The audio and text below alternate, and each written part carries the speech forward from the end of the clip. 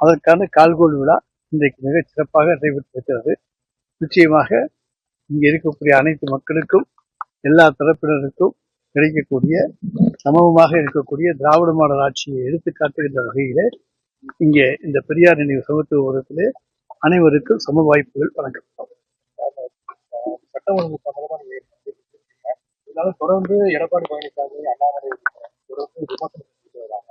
அவங்க சொல்லக்கூடிய அதாவது ஒரு ஆட்சியின் மீது குறை சொல்ல வேண்டும் என்று நினைக்கின்றவர்கள் அந்த ஆட்சியிலே சட்டம் ஒழுங்கு கெட்டுவிட்டது என்றெல்லாம் சொல்லுவது எப்பொழுதுமே எதிர்கட்சிகளுக்கு வாடிக்கையான ஒன்று.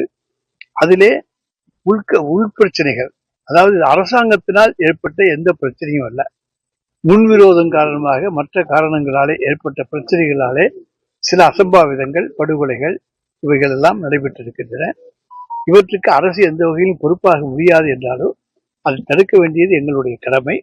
எனவே முன்னெச்சரிக்கை நடவடிக்கையாக இப்பொழுது யார் யாரெல்லாம் இந்த மாதிரி ரவுடிசத்தில் ஈடுபடுவார்களோ அவர்களை நாங்கள் முன்னெச்சரிக்கை நடவடிக்கையாக கைது செய்து கொண்டிருக்கின்றோம்.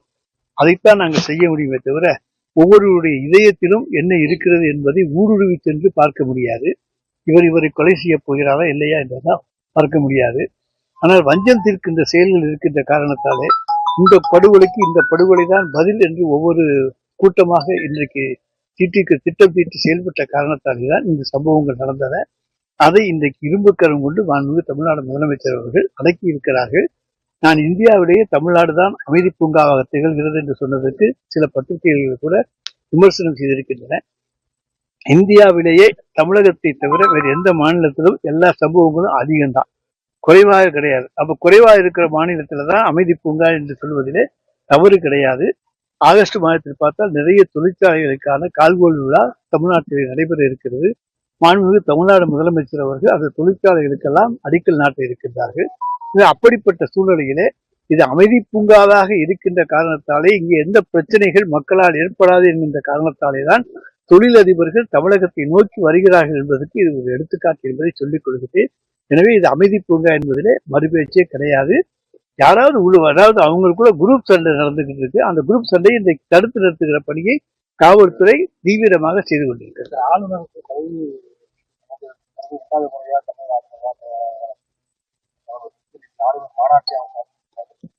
அதை பற்றிய ஒன்றிய அரசாங்கத்தினுடைய பணி எங்களுடைய பணி அல்ல.